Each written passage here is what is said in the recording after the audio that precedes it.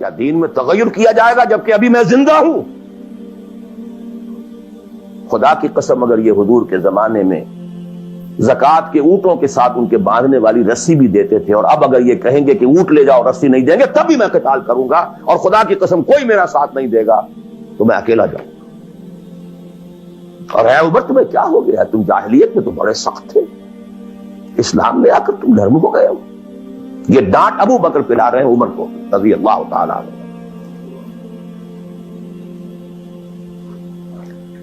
تو اچھی طرح جان لیجیے، اب میں نہیں کہہ سکتا کہ میں کس طریقے سے اس کو بیان کروں، کیسے ٹھوک ٹھوک کر آپ کے ذہنوں میں اتار دوں۔ یہ ہے اصل شے، دین کا سارا سٹرکچر ہی بالکل ریورس ہو جاتا، the whole value structure absolutely changes. Then غالب ہے تو وہ ساری باتیں ہیں جو ہم نے خوب یاد کی ہوئی ہیں۔ آسے حقوق والدین بھی تو ہے نا، آخر بچوں کے حقوق بھی تو ہے نا۔ یہ حقوق والدین جو ہے ان مہاجرین کو یاد نہیں آئے جو اپنے ماں باپ کو چھوڑ کر مدینے پہنچ گئے تھے۔ یہ اولاد کے حقوق انہیں یاد نہیں آئے، بیویوں کے حقوق یاد نہیں آئے۔ وہ تو فینیٹکس تھے نا، پاگل تھے نا۔ مدینے کے منافقین نے انہیں سفہاء کہا تھا، بے وقوف لوگ ہیں یہ۔ انؤمن کما آمن السفہاء، these fools, these fanatics۔ یہ ساری حدیثیں آپ کو یاد ہیں۔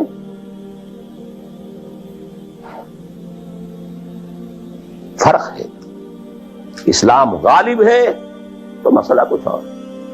اچھا کھائیں، اچھا پہنیں، نوافل ہے، نوافل پر نوافل ہے، جتنی ترقی کیجئے، دنیا میں کرنا چاہیں دنیا میں کیجئے، روحانی ترقی کرنا چاہیں روحانی ترقی کیجئے، سارے میدان کھلے۔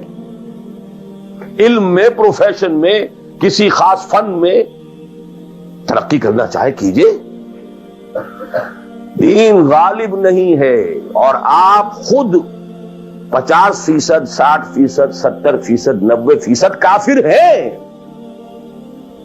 اس لیے کہ اس ماحول کا جز ہے جس میں کفر کا نظام ہے۔ تو پہلا کام تو اپنے آپ کو اس کفر سے نجات دلانا ہوگا، پھر نماز بھی اسی کے لیے ہے۔ وَاسْتَعِینُوا بِالصَّبْرِ وَالصَّلَاةِ، مدد حاصل کرو نماز سے۔ کس کام کے لیے مدد حاصل کرو؟ the mission to make the deen of Allah supreme، ان اقیموا الدین۔ نماز اس کے لیے سب سروینٹ ہے، اس کے لیے مدد ہے۔ روزہ اسی کے لیے جنگ کرنے کی صلاحیت پیدا کرنے کے لیے ہے۔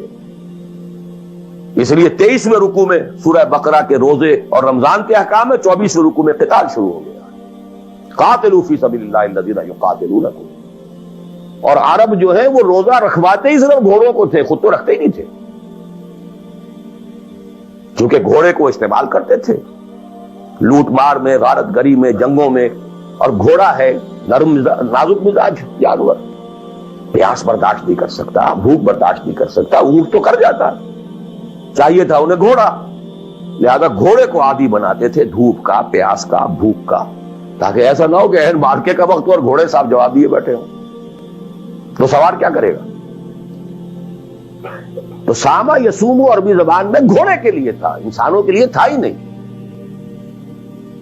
یہ تو مدینے میں آنے کے بعد پھر حضور نے یہودیوں کو دیکھا کہ روزہ رکھتے ہیں، تو آپ نے بھی مسلمانوں سے کہا عاشورہ کا روزہ ہے وغیرہ وغیرہ، چھوڑ دیجیے اس بات کو، لمبی ہو جائے گی۔ یہ ساری چیزیں اصل میں ہیں اس مقصد کے۔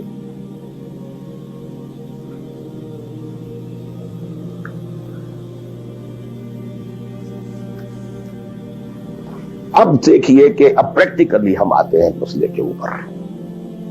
آئی ہوپ میں اس سے زیادہ میں کہہ نہیں سکتا، ریلی ممکن نہیں ہے کہ میں اپنے احساسات کو جیسے کہ میرے ہیں آپ تک منتقل کر دوں۔ اور میں جانتا ہوں ایسے لوگوں کو جو 30 برس سے مجھے سن رہے ہیں اور یہ ساری باتیں سن رہے ہیں اور ٹس سے بس نہیں ہوتے۔ زمیں جنبت نہ جنبت گل محمد، ان کا وہی کانسیپٹ ہے، اس لیے کہ یہ کانسیپٹ 1400 برس میں جا کر جو ہے مکمل ہوا، پختہ ہو۔ 30 برس تھے خلافت راشدہ کے، اس کے بعد ڈاؤن فال، کانسیپٹ سٹارٹڈ چینجنگ، دین مذہب بنتا چلا گیا، سارا ایمفیسس نماز روزے حج عبادت پر ہو گیا، دین کا تصور ہی ختم. اور پھر ہم میں سے جو لوگ غلام رہے وہ تو اتنے پھوگر ہو گئے کہ ملا کو جو ہے ہند میں سجدے کی اجازت نادا یہ سمجھتا ہے کہ اسلام ہے آزاد.